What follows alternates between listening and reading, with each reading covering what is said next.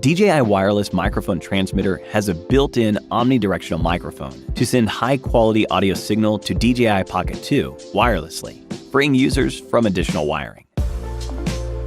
Before using DJI wireless microphone transmitter, please connect it with the do-it-all handle first. Power on DJI Pocket 2.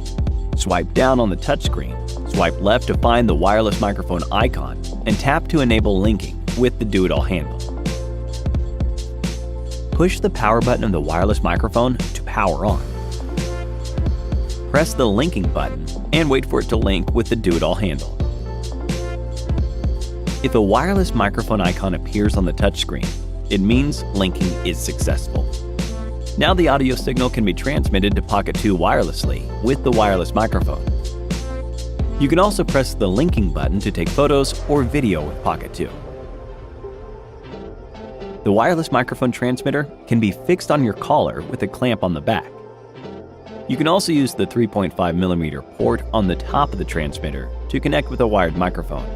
If you use the transmitter in windy environment, DJI wireless microphone windscreen is recommended to cover the microphone and eliminate noise generated by wind.